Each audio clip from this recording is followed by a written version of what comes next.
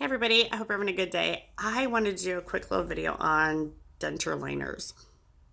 There's all different types that you can get. There's ones that are readily over the counter, ones that you can order online, ones from your dentist. They're kind of all over the place and it's a little confusing on what they're for, how long you should use them, what they can be applied to, all different questions and things. I've had a ton of correspondence lately regarding liners, especially in the Russell Klein Facebook group, and then also through YouTube, email, and Messenger. So I've had a lot of it.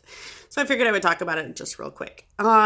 Soft liners are pretty critical to new denture wearers because we use them to, one, get comfort, two, help with the fitting issues a new denture wearer faces, because your shrinking period can be anywhere from 6 months to a year or 2 years or longer. It's just very individual. So it really helps with ill-fitting dentures while you're in that process. And they're with the shrinkage, your dentures will not fit as well. So it's really great for that. It's great for protections in between your denture and your gums.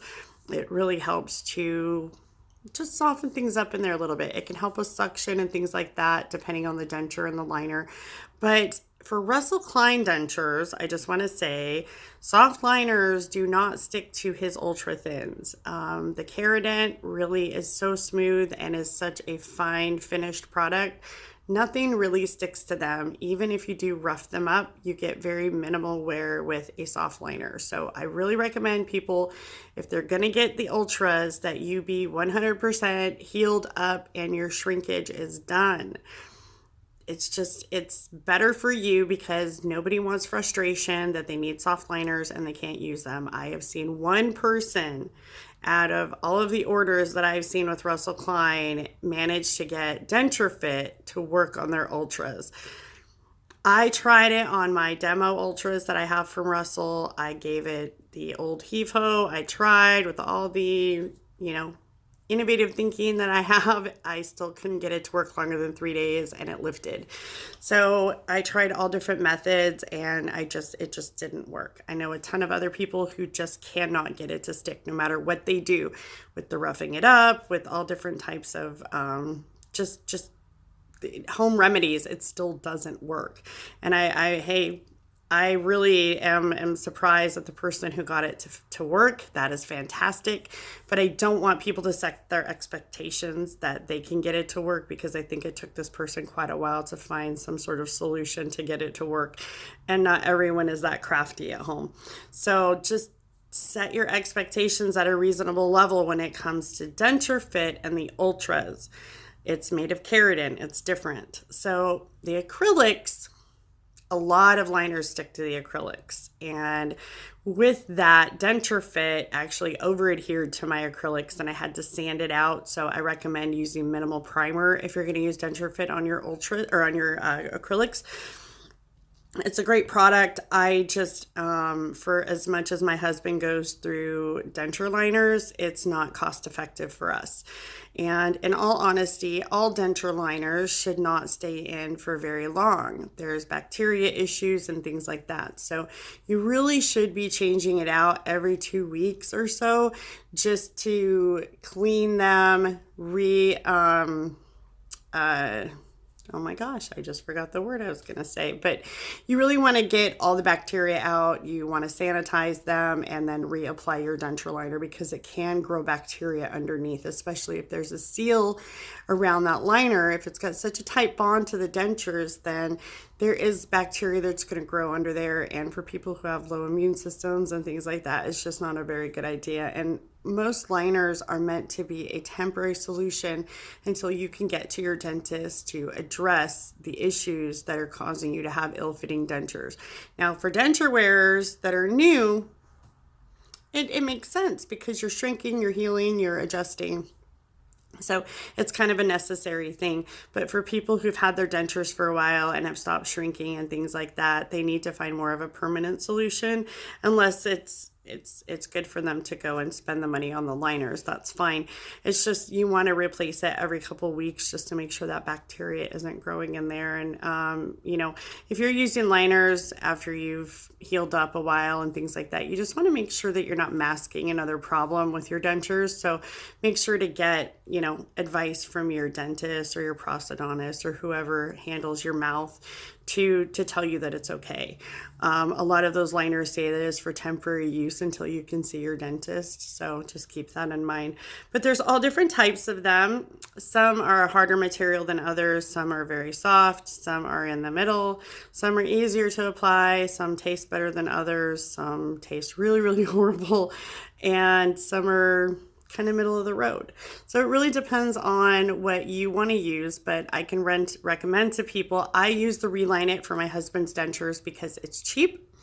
It's available at the stores around me. I don't have to order it online. If I make a mistake, I can just go get another one. I usually buy 3 or 4 boxes at once because they're only like $4 and where we live. So I will buy a bunch, and there's 2 applications in each. So it allows me to have extras around. They're not $50 to $100 an application, which can be pretty expensive for a liner that you're doing at home by yourself. So those are usually the costs of what your dentist would charge to do it at a professional level. A lot of dentist office offer it, so definitely talk with them, ask them what kind they use, if it's a rubbery material, if it's soft and pliable, or if it's a harder material. The first one my husband got was really a hard material, almost like an extra liner, like a reline inside his dentures. It was right after his extractions, and it was so uncomfortable that we ended up peeling it out. It was like a hard plastic, so I couldn't imagine having it in my dentures. So just look into the liners, research it. I really recommend starting off with the more inexpensive ones so you can practice and really kind of work with it a little bit, know the material that you're working with. If you're using one that has a primer, just follow the instructions well. If you're using denture fit on acrylics, it depends on how porous your dentures are, and that really comes down to the way that they were made. But if they're super porous and things stick to them easily, I recommend using the 3-point anchor method because it allows for you to anchor them to the dentures, just not 100% over the whole surface. So maybe do it in all 4 corners or just on the ridge and the edges or whatever, just not the entire surface, because that's what caused me to have to sand it out of my dentures. And I was so frustrated with it. So just be careful, read lots of reviews and get some advice from the companies if you can, things like that. But just kind of pick one that's good for you. I recommend using the more inexpensive method until you get the hang of how they work. And then if you want to do it by yourself at home with a more expensive one, then that's great. ProSoft is a great one. It's a little more expensive, but it does work. And there are dentists that actually use it. My prosthodontist has it in their display case for sale. I don't know how much they sell it for, but they sell it. I think they order it online, and they just kind of order it. They offer just kind of a display case of denture options to do at home, like whitening stuff and things like that, like the Sparkle Dent. That's the first place I ever saw it, and they gave me a sample, and I fell in love with it. But just remember that soft liners are something that you can do at home. Just make sure to read the directions for each one, and just remember that they are a temporary solution. For new denture wearers, they're great until you stop shrinking, but make sure to replace them really often because you don't want that bacteria to grow in there and cause you other issues. But then after you're done healing, if you still need them when you get your permanent dentures, you might want to address that with your dentist and see what's causing your dentures to fit loosely or why you might need it. They're great for just comfort also. I mean, nobody wants hard plastic up against their gums, and the liners can help, make for better suction and things like that. But just make sure that you're doing what's best for your situation. Not everybody needs them, and not everybody doesn't need them. I mean, there's people out there that absolutely rely on them, and for cost reasons and things like that. There's people that can't afford to fix their dentures, so they need liners. And That's the reality of things right now, is that, you know, not everyone can go out and spend $1,000 or more on a new set of dentures because they don't fit. But just remember to make sure that you do your cleaning and your sanitizing and your replacements and things like that often, so that you avoid the bacteria issues. So that's a pretty common myth, that you can keep liners in for 3+ months without any bacteria issues.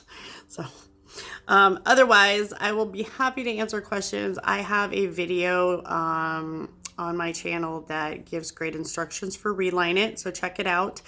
And I'd be happy to kind of point people in the right direction for different liners based on what their needs might be. So just remember, with the Russell Kleins, you can put liners in the acrylics. Really great for new denture wears. But if you're going to get the ultras, you really should be past a year or past your healing mark and your shrinking mark.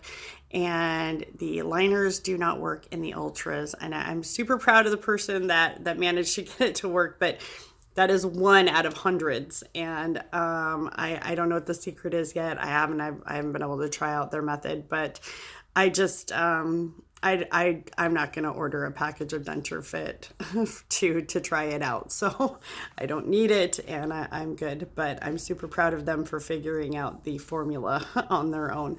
So anyway, I hope you guys enjoyed this video, and I will see you guys in the next one.